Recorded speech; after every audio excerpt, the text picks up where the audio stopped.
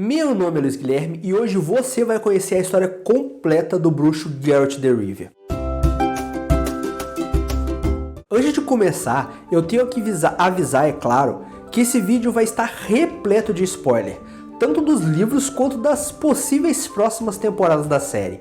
Então esteja avisado antes de continuar. Geralt de Rivia, ou Grimblack, é o protagonista da franquia e meu personagem favorito. Um personagem carismático que, mesmo sendo uma contradição ambulante, faz a gente querer segui-lo até no inferno se necessário para ajudá-lo a concluir seus objetivos. E por mais que possam dizer que os bruxos não possuem sentimentos, os objetivos de Geralt sempre foram nobres. Raramente fez algo pensando nele mesmo. Quase sempre, suas ações são pensadas no bem de alguém muito próximo, principalmente em relação a sua amada Yennefer, ou sua filha adotiva Cirilla. Ele é aquela pessoa que, se realmente o considera um amigo, está disposto a te ajudar sem hesitar no que for preciso. Geralt Roger Eric do Halterbergen. Esse foi suas primeiras escolhas para o nome completo, mas Vizimir achou algo ridículo. Obrigado, porque é difícil ler isso. Vou explicar melhor. Sua mãe havia deixado Geralt desde pequeno para ser treinado na escola de bruxos de Kaer Morhen nas montanhas do reino de Caedrin. Os bruxos precisavam se adaptar à civilização, por isso era necessário escolher um nome. Após a primeira tentativa falha, lhe foi dado o sobrenome de Rivia, mantendo também o primeiro nome que ele havia escolhido, Geralt, mesmo sem ele nunca pertencido àquela cidade, o que mais tarde, por ironia do destino, Geralt veio a ser nomeado Cavaleiro de Rivia pela rainha Mive, após defender a milícia de Lyria e Rive em uma ponte ao sul do rio Jaragul. Ao lado de Cahir, Geralt é filho de Vizimir e provavelmente de Corien. Sua mãe foi uma poderosa feiticeira, de qual pouco sabemos sobre seu passado, assim como seu pai, porém sua mãe ainda aparece brevemente no livro A Espada do Destino, salvando Geralt da morte no vilarejo de Baixo Sonnen, curando suas feridas que foram feitas por monstros na ponte perto dos pântanos de Wisgen. No fim, ele resolveu algumas questões pendentes que estavam com ela. Geralt estava em uma forte letargia nesse momento, sonhando com Ciri, Calante, sua mãe e Yennefer. Grindelblack se destacou como nenhum outro nos testes dos bruxos. Provavelmente sua resistência tem a ver com o sangue de sua mãe, porém o que importa é que isso faz passar por outros testes que jamais outros bruxos tiveram sobrevivido, como mutações mais intensas, qual teve efeitos colaterais como sua pele pálida e a perda da pigmentação de seus cabelos, deixando eles brancos como leite. Durante seu tempo em Kaer Morhen, ele conviveu com seu pai de consideração chamado Vizimir, o bruxo mais velho daquele lugar, um exímio mestre na arte de esgrima, mentor de Geralt durante seus anos de treinamentos e até depois, quando os bruxos se reúnem no inverno na antiga Fortaleza dos Lobos. Também temos aqui outros 3 bruxos que são como irmãos para o Lobo Branco, Esker, Cohen e Lambert. Junto eles treinaram e passaram pelas provações, porém cada um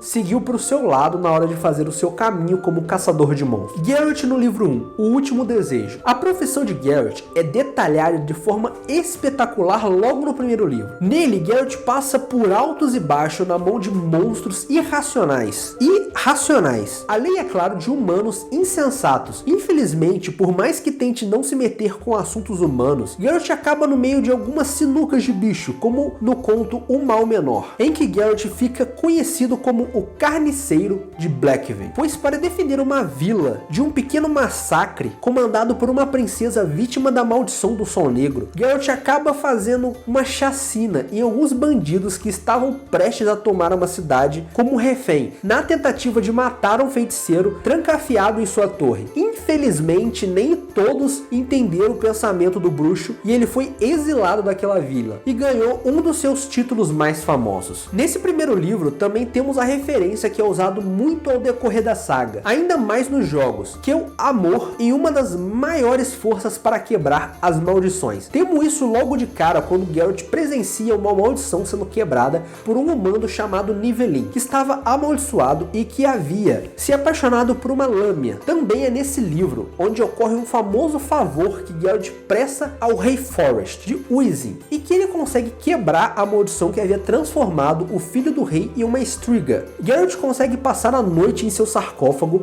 e, além de desfazer a maldição, ele também acha e pune o culpado por por ele que havia agido por ódio ao rei ter cometido o pecado do incesto. A batalha contra a Striga deu Geralt uma de suas mais famosas cicatrizes, que é a mordida que ele tem no ombro, e depois disso fazendo com que ele pare no templo de Nennek para se recuperar. Geralt estava presente quando Jaskier, seu grande amigo falastrão, ganhou seu alaúde. Na verdade, isso ocorreu pouco depois deles se conhecerem e Jaskier grudar em Geralt atrás de grandes aventuras. Mal ele sabia que esse trovador se tornaria seu melhor amigo. Eles se metem em uma confusão com um Silvano, que estava roubando comida para elfos moribundos da montanha. Geralt e Jaskier são capturados e lá conhecem a famosa Toroviel. Por algum motivo, Dana Medar gostou deles e interviu antes que os mesmos fossem executados. Há dois contos sobre o bruxo que são extremamente importantes para o desenrolar da sua história. O primeiro é quando Geralt vai a Cintra a pedido da rainha Calante da história. Uma questão de preço. Lá é onde ele conhece Pavetta e o Ouriço de Ferro, além do druida Miserwar. Geralt, que inicialmente havia sido contratado para matar Duni, que iria no castelo para tomar Pavetta, uma vez que havia usado a lei da surpresa em seu pai, uma cilada é armada por Calante e Ouriço tira sua máscara antes da hora, revelando-se como um monstro. Geralt se recusa a seguir ordens da rainha, pois identificou que ele não era um monstro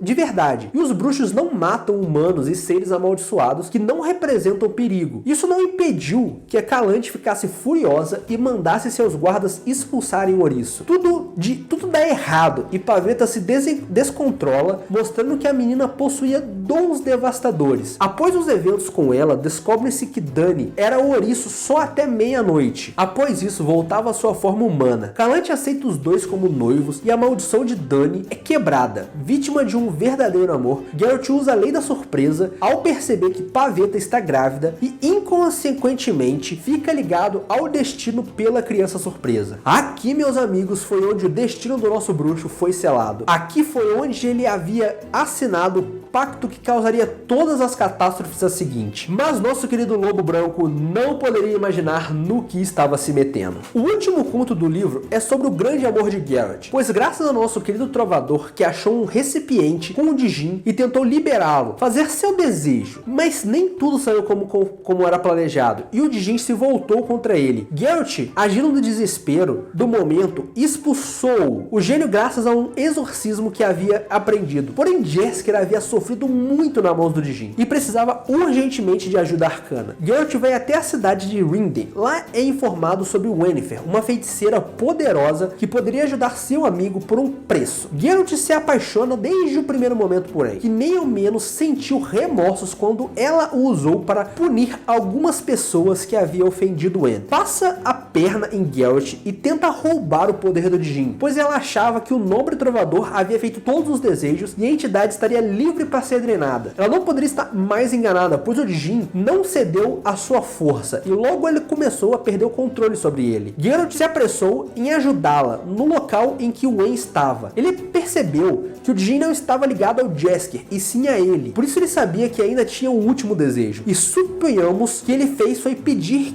para que seu destino fosse ligado ao da feiticeira. Mas se isso é verdade ou não, apenas o nosso grande bruxo sabe. Após o último desejo, o gênio perde a força e vai embora. Yennefer fica furiosa, porém já não havia mais o que fazer, pois o bruxo que havia se apaixonado cegamente por ela, ligou seu destino ao dela, e isso faria com que os dois voltassem a se ver, não importando o quanto tentassem se separar. Geralt em Espada do Destino. No segundo livro, Geralt desenvolve mais sua relação com Yennefer. Descobrimos que ambos tentaram morar junto em Vangeberg, mas não deu muito certo. Logo o bruxo foi embora sem deixar nenhum bilhete, inclusive a deixando furiosa. Geralt conhecia um dos últimos dragões vivos, Borch Três Gralhas, e suas guarda-costas, Zericânia, um dos personagens mais marcantes do nosso segundo livro. Nesse mesmo conto, ele e Jaskier acabam se metendo em uma caça de dragões, em que no meio do caminho encontra Yennefer e o anão Arpin Zingrin. Aqui é onde nos é apresentado a famosa cidade de Novigrad, em um conto onde Geralt e Jaskier se envolvem em uma confusão envolvendo os dúplices Dudu e o temível Chaplin, chefe do serviço secreto, que há pouco tempo havia morrido e foi substituído por um dúplice, e havia facilitado muitas coisas na cidade. Temos aqui nosso primeiro contato com o culto do fogo eterno, mostrando como o fanatismo religioso começava a crescer no norte em torno dessa nova religião. Temos um dos personagens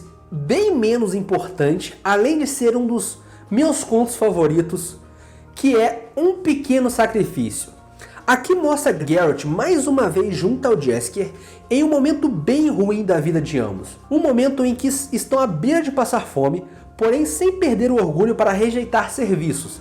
Nessa história conhecemos Aes Daven. Para os mais íntimos, Olhuda. Infelizmente, ela se apaixona por Geralt e é aqui onde temos o primeiro momento de certeza que só há um lugar para Wayne no coração dele. Sua história com a feiticeira de cachos negros e olhos lilás já havia se espalhado pelos 5 reinos. Por isso, Aes estava aflita desde o começo, pois o amava, mas sabia que não teria chance. Esse conto é muito bem desenvolvido, o cotidiano vindo daqueles terras de forma fantástica, além da profissão de bruxo e trovador. Por fim, temos o conto que é de extrema importância para a vida do bruxo.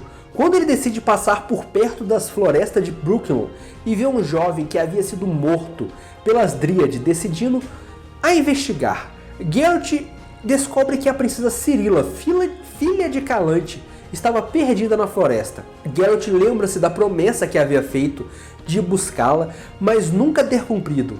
Ele adentra a floresta em busca de uma menina, que no fim acaba encontrando uma pirralha suja e bem mal educada, mas que logo se apega ao nosso bruxo. No fim das contas, Geralt vai parar no centro da floresta e entre em um dilema, uma vez que Eärendil, que é a senhora de Brooklyn, e das Dríades, afirma que a garota pertence agora à floresta. No fim, Ciri é forçada a beber a água de Brooklyn para se tornar em uma Dríade, porém a água não demonstra ter efeito nela. Eärendil passa a acreditar que realmente a garota está com o destino ligado ao dos bruxos e deixa ir junto com Geralt. Nesse momento, Geralt mostra-se desacreditado no destino e zomba sobre isso, e diz que a água de Brooklyn era uma farsa e que Eärendil havia feito um favor em consideração a ele, trocando-a para que não fizesse efeito em Ciri. Porém, a senhora de Brooklyn pede para ele beber a mesma água que havia dado a Ciri, e o bruxo entra em uma profunda letargia, refletindo sobre a porquê nunca foi em busca da menina e a quem ele havia pedido na lei da surpresa. No final, Geralt devolve Ciri a Mais War e parte em direções opostas. No último conto é onde realmente começa a girar as engrenagens para acontecer os próximos eventos. Geralt estava a caminho rumo a Baixa Solden quando interrompe seu caminho em uma ponte e decide proteger um mercador de ser morto por diversos tipos de monstros. Geralt fica muito ferido e é socorrido e levado às pressas para o vilarejo, delirando e sob o efeito letárgico de algumas poções. Geralt passa todo o caminho desmaiado em uma carroça, sonhando com Ciri, Calante e Wen. Para sua surpresa, sua mãe vem ao seu encontro e ajuda a se recuperar, dando a chance do Lobo Branco ter seu último acerto de contas com ela. Mais tarde, próximo ao Monte Solden, Geralt tem uma lembrança de quando Jaskier veio desesperadamente ao seu encontro naquele lugar há 1 ano atrás, dizendo que as forças de Nilfgaard estavam marchando para o norte, que tudo estava um caos no sul. Geralt desacreditava de uma invasão desse porte, achando que era besteira dos barões ou condes brigando entre si e que logo se resolveria. Porém, Jaskier estava apavorado e novamente se desespera, pedindo para que o bruxo não abandone, e mesmo Geralt achando exagerada a reação do trovador, ele diz: "Você deve ter endoidado de vez", respondeu o bruxo, inclinando-se na cela, só tendo enlouquecido de medo, e que você poderia pensar que eu o abandonaria. Dê-me sua mão e salte para a garupa. Não temos o que fazer aqui, pois jamais conseguiremos subir na balsa. Vou levar ao rio acima, onde poderemos achar um barco ou uma jangada. Mal Geralt sabia que aquilo era o início da maior de todas as guerras que o norte já viu.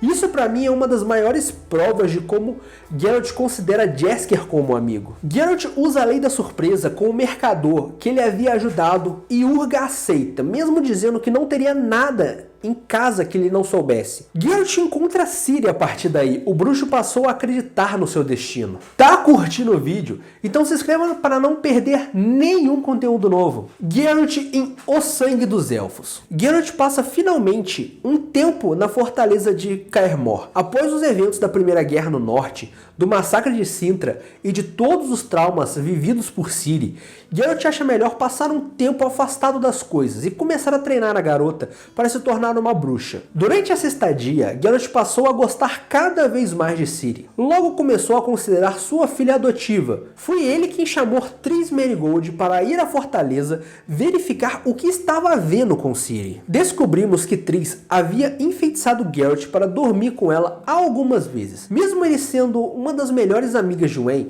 e sabendo da história dos dois, é nesse momento em que em Kaer Morhen que Ciri profetiza a morte de Geralt por 3 dentes. Considerando isso uma bobagem, tanto para ele como pelos outros bruxos, ignoraram essas questões menos Vazimir. Geralt escolta Ciri e Triss a caminho do templo de Nenek. Aqui Geralt mais uma vez tromba com Yarp Zirigin, que os ajuda em relação à feiticeira, que não estava nada bem depois de ajudar os anões da companhia de Orpin e livrarem sua cabeça de um perigo maior. Geralt desvia o caminho e chega no templo de Nenek. Depois disso, Geralt começa a trabalhar em um contrato para matar um monstro marinho e fica durante algum tempo viajando, várias vezes sem um barco. Vemos ele lendo algumas cartas de Wen e Ciri. A feiticeira estava extremamente nervosa por ele ter chamado Triss e não ela para cuidar da Ciri logo de cara. Aqui é onde começa a perseguição pelo bruxo e sua filha. Em verdade eu vos digo que se aproxima o tempo da espada e do machado, a época da selvageria lupina. Acerca-se o tempo do frio, branco e da luz, o tempo da loucura e o tempo do desprezo. Geralt em O Tempo da Desprezo. Geralt vai atrás de 2 advogados para começar a entender melhor o porquê Ciri está sendo tão valiosa. Quem está caçando. Porém, o nosso querido bruxo possui poucas verbas, logo eles começam a querer um lucro sobre tal pesquisa, mas Geralt se recusa a isso. Geralt encontra com Ciri e Wen, já em Aretusa, pois ela iria se matricular na escola. Por fim, Geralt vai até uma festa regida pelo capítulo e pelo Conselho dos Magos.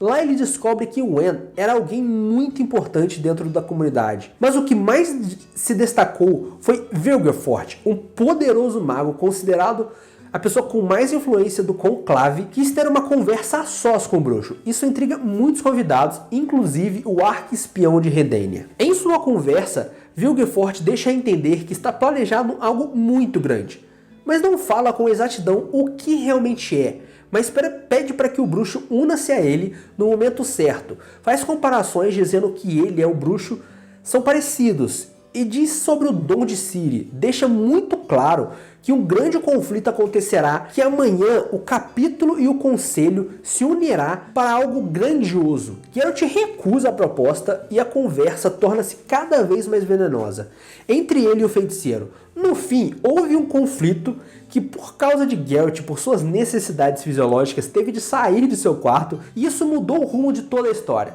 Ao voltar para seu quarto, Geralt escutou barulhos estranhos, e quando foi investigar, descobriu uma conspiração entre os magos. Uma guerra interna estava acontecendo entre os membros do conclave. Geralt, no primeiro momento, havia sido preso, porém as coisas mudaram. Nilfgaard estava envolvido com Vilgefortz, o arqui-espião da Redania estava junto aos outros magos que lutavam contra Vilgefortz. Trícia de Vers acabava liberando a barreira mágica da ilha de Talhen e um conflito violento começar a envolver-se. Os magos. Esse foi um dia que entraria para a história. Geralt, que havia sido pego por Dijkstra, consegue se safar e quebrar a perna do arqui-espião e vai para o centro da confusão. O caos estava instaurado, um inferno de raios e chamas para todos os lados. Elfos, Nilfgaardianos, soldados, redanianos lutavam entre si. Geralt consegue encontrar Ciri no meio dessa confusão e ajuda ela a escapar, porém ele mesmo fica para trás. Precisa novamente usar sua espada e depois de cometer basicamente outra chacina, Geralt encontra Vilgefortz e quando sabe das reais intenções do feiticeiro, parte em cima dele, porém o subestima e quando o lobo é derrotado, tem boa parte dos seus ossos do seu corpo quebrados. Depois disso, lembra-se bem pouco do restante da noite. Geralt em Batismo de Fogo. Esse capítulo se inicia com Geralt se recuperando na floresta de Brooklyn.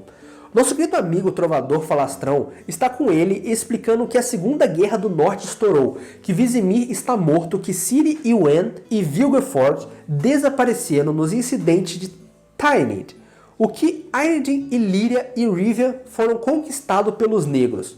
Geralt conhece Milva, que acompanha Geralt em sua recuperação, e quando o bruxo descobre que Ciri está na cidade das Torres Douradas, decide ir atrás dela. Milva decide acompanhá-lo e assim como Jaskier, ambos partem para o sul, para atravessar o Jaragu. Porém, no caminho passam por diversos problemas que os atrasam e mudam seus rumos constantemente, a começar quando se deparam com Cahir, um Nilfgaardiano que Geralt acaba pegando raiva por estar sempre nos sonhos de Ciri.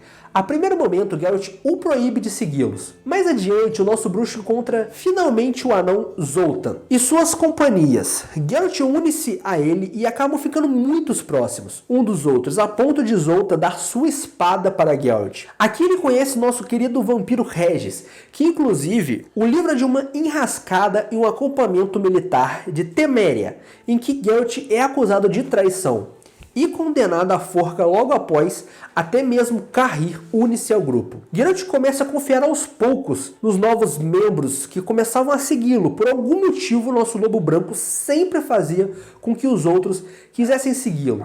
Geralt aprender a jogar Gwent, salva Civis fugindo da guerra, sonha desesperadamente com Ciri, vai contra os princípios de bruxo e torna-se amigo de um vampiro. Passa a tolerar o Nilfgaardiano, começa a confiar em Milva, porém algo incomodava e azedava seu humor, pois ele estava lento demais, sempre desviava do caminho. Cada vez mais o bruxo angustiava por ter Ciri em seus braços e sua preocupação com Yen também o atormentava. Por fim, se separaram da companhia de Zoltan e finalmente cruzavam Jaragu. Geralmente, Geralt depara-se com um conflito entre as milícias de Lyria e Rivia, e o exército de Nilfgaard é a nossa batalha que o bruxo pela primeira vez conseguiu repelir 2 flechas seguidas com sua espada. Foi nessa batalha que sem escolha, tendo que salvar seus amigos, Geralt junta a Cahir, lideram as tropas da Rainha Branca contra Nilfgaard, em um ato heróico que depois veio torná-lo Geralt, o Cavaleiro de Rivia. Geralt no livro A Torre da Andorinha. Geralt primeiro tenta fugir do acampamento de Miv, deixando para trás seu título de cavaleiro. Finalmente resolve-se várias pontas soltas dentro do grupo. Finalmente o humor de Milva melhora. Depois de alguns eventos, Regis e Geralt tornam-se grandes amigos e depois de muita briga feroz entre Geralt e Cahir, ambos resolvem suas diferenças. Geralt fica cada vez mais preocupado com Ciri, inclusive acreditando que a mesma possa estar morta. Já não acredita muito que ela esteja com o inspetor. Pronto para descobrir o que aconteceu com a Andorinha, Geralt decide ir atrás dos druidas de Cahir-Du e Loch Mordor, que cada vez que Geralt descobria estava em um lugar diferente, devido à guerra. Por fim, Geralt acaba indo em direção aonde Surri, um meio-elfo que odiava o bruxo, estava tramando uma emboscada. Junto ao grupo de Rochinol, nesse momento, nos é apresentada a última integrante do grupo, a Gulemé, uma garota nova que vive em um bom tempo na vida de crime. Geralt separa o grupo deixando Regis, Milva e Jaskier ir por um lado, enquanto ele e Cahir Angoleme vão ao encontro da emboscada. As coisas não saíram como o bruxo tinha previsto e eles são obrigados a lutar contra um bando que, no primeiro momento, os haviam rendidos. Inclusive, Geralt havia entregado seu medalhão de bruxo ao Sirru. Porém, uma revolta dos trabalhadores na mina dá uma chance deles escaparem. Geralt despacha Angoleme, para avisar Regis e o resto do grupo, enquanto ele ajuda Carrir, que tinha ficado gravemente ferido, a se recuperar. Apesar de despistarem o grupo do Rochinol, Geralt e Carrir ficam em um péssimo estado, à beira da morte, mas no último instante, Regis chega e consegue salvá-los. Antes de chegar ao seu destino, Geralt separa-se do grupo novamente. Dessa vez, o bruxo precisou ir até uma caverna, aconselhada por Regis, pois havia instruído a guiar Geralt até lá. Aqui, ele conhece Avalek, um elfo Anselvanfum, um sábio que tentou convencer Geralt a não ir atrás de Ciri, pois a andorinha estava predestinada a outra coisa, algo mais importante, e que a busca de Geralt era um vão, e mesmo se ele conseguisse encontrá-la, significava que uma tragédia aconteceria, pois Ciri era necessária para impedir uma profecia de se realizar. Após um encontro com Avalek, Geralt foi levado em segurança até perceber que Nilfgaardianos estavam atacando um local onde seu grupo estava se escondendo. Geralt vai ajudar seus amigos e conhecia Reinhard de Boyce Fransley, um cavaleiro errante de Toyson, e com a ajuda dele e dos outros cavaleiros conseguem repelir os negros e espantam os bandidos de Rochinol para a floresta. Geralt finalmente encontra o bando de Rochinol e Shurd, porém os druidas refugiados em Carmid estavam cansados dessa horda de bandidos e decidem matar todos do bando. Geralt lamenta e, quando é questionado de seu amuleto, apenas diz que não é mais um bruxo. Geralt em A Senhora do Lago. Nesse livro, poucas coisas acontecem com o nosso bruxo. Apenas temos sua estada em Beckclar. Aqui ele faz diversos contratos para nobres. No fim, em um dos contratos, algo acontece. Algo que atiçou novamente seu ímpeto de ir atrás de Ciri. Acendeu novamente a chama que havia se apagado quando os druidas não puderam ajudar. Por outra ironia do destino, Geralt aceita o contrato em que deveria eliminar alguns monstros no subterrâneo. Por coincidência, Geralt consegue ouvir através do encanamento apodrecidos do local uma conversa entre nobres e legista imperial, uma conspiração contra o imperador Emhyr. Mas também sabe de algo que mexe por dentro com o bruxo. Eles, em um voto de confiança, falam do esconderijo de Vilgefortz e dizem que Yennefer estava sendo torturada no local. Geralt, reencarnado toda sua fúria, sai às pressas do local em uma tentativa vã de negociar com monstros, quebra sua espada de prata, mas no fim, de nada adiantou. Teve de lutar, Geralt reúne o grupo e às pressas falam para eles fazerem as malas. Todos aceitam sem hesitar, com exceção de Regis, que já havia se tornado um amigo íntimo de Geralt, e pede satisfação. Lá fora, Geralt passa seus últimos momentos com a feiticeira que havia conhecido no local, Frigila Vilgo, que achou que estava enganando o bruxo, mas na verdade tudo se mostrou o oposto. O bruxo era muito mais astuto do que ela imaginava. Vilgo também havia lhe dado um amuleto durante sua estada no país de vinho. Um amuleto que Geralt havia considerado inútil, mas podia imaginar que isso seria a sua salvação no futuro. As coisas ficam intensas de agora em diante, pois Geralt finalmente chega ao esconderijo de Vilgefortz. Durante o assalto, todos os seus companheiros que haviam se tornado amigos fiéis morreram. Sua luta contra Vilgefortz estava indo terrivelmente mal. Ele e o Yennefer lutavam desesperadamente contra o feiticeiro. As chances reluziam e derretiam as paredes do castelo. Vilgefortz, terrivelmente deformado, exuberava sua insanidade da forma de chamas por todos os lados. Ele não tinha chance, por sorte, o destino estava do seu lado. O primeiro momento que virou o jogo foi o sacrifício de Regis. Ele atacou o mago, porém não era páreo para ele. Foi desintegrado na frente de Geralt. Isso foi o suficiente para Geralt exalar sua fúria e partir para cima do feiticeiro. Mesmo assim, parecia que ele não teria chance. Mas seu medalhão, dado para o Frigila, começou a agir. Confundiu a cabeça de Vilgefortz e começou a errar seus golpes contra o bruxo. Era uma ilusão. O amuleto estava confundindo a visão do mago, que por sorte não podia evitar o encantamento, pois a perda de seu olho quando Ciri teleportou e explodiu o portal da Torre da Gaivota, deixou o sentido de Vilgefortz danificados e ainda não havia se recuperado. Um vacilo, uma hesitação, isso foi o suficiente para Geralt rasgar a barriga do mago.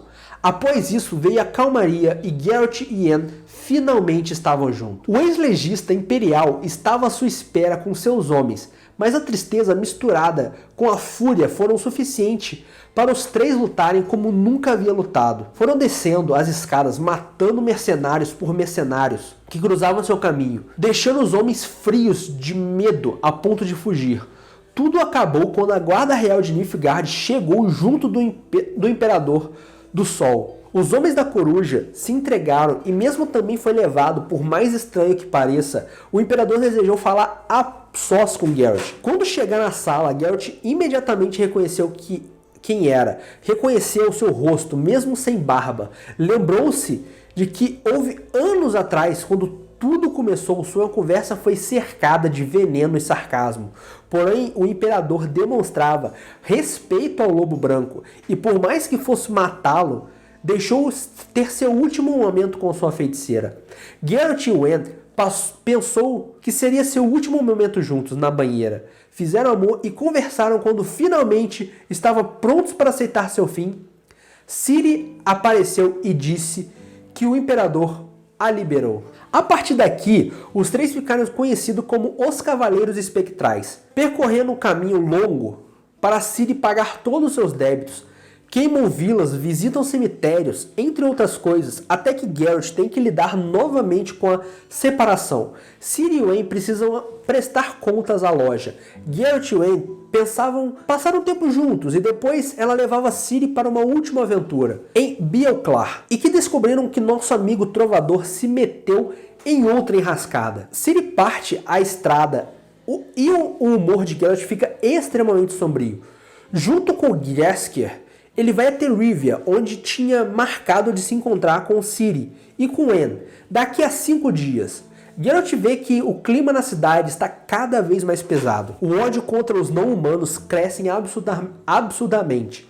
Na cidade são orientados a ir até uma taverna de um bairro de não-humanos. Geralt passa bons momentos filosofando em um bar com seus amigos e anões Warpen e Zoltan, e seus amigos de sempre, e seu amigo de sempre, Jaskier. Na gritaria e farra não perceberam os gritos e não perceberam as tochas que logo se acumulavam às dezenas, não sentiram o cheiro de sangue, não sentiram o desespero e o ódio que exalava na cidade. Quando viram isso, já era tarde. Começou com um anão invadindo a taverna para se esconder. Logo em seguida, notaram gritaria, os humanos, assassinos de não-humanos. Uma revolta imensa havia tomado Rivia. Uma revolta tão grande que o próximo exército ficou com medo de se intrometer e tentar impedir. Geralt não queria se envolver, mandou todos se esconderem, mas não aguentou ver mulheres, crianças e homens sendo massacrados. Tudo bem, disse o bruxo, dirigindo-se para a entrada, mas é a última vez, droga, será realmente a última vez. Geralt partiu para cima da multidão, conseguindo deter alguns, decepou mãos, dedos, matou aqui e ali, porém hesitou quando um pediu piedade. E nisso foi surpreendido por uma jovem armada de um tridente e a arma atravessou a barriga de Geralt. Ele gritou de dor e então teve um sonho. Sonhava com a profecia da Ciri, com a profecia que morreria. Mentiu para mim, Triss, pensou. Nunca mais a verei. Não a verei porque vai assim, Dret, Aep, Agon, Terminha. Algo terminou. Jaskier afirmou com a voz alterada. Algo começa, Yerp, Zrigin. O acompanhou. O vento uivava e assobiava nos muros de Kaer Morhen. Por enquanto, essa é toda a história do Geralt nos livros. Mas por mais que os jogos não são considerados canônicos pelo escritor, ainda existe continuação para Geralt de Rivia. Eu não vou entrar em detalhes sobre a história dos jogos no momento, mas caso vocês quiserem saber bastante, pedir aqui embaixo nos comentários, que daí eu posso separar um vídeo específico para falar apenas sobre o Geralt dos jogos. Como o vídeo já está bem grande, eu vou terminar ele por aqui, mas caso você queira saber mais coisas sobre The Witcher, é só acessar essa playlist aqui, onde eu falo tudo sobre The Witcher. Tchau!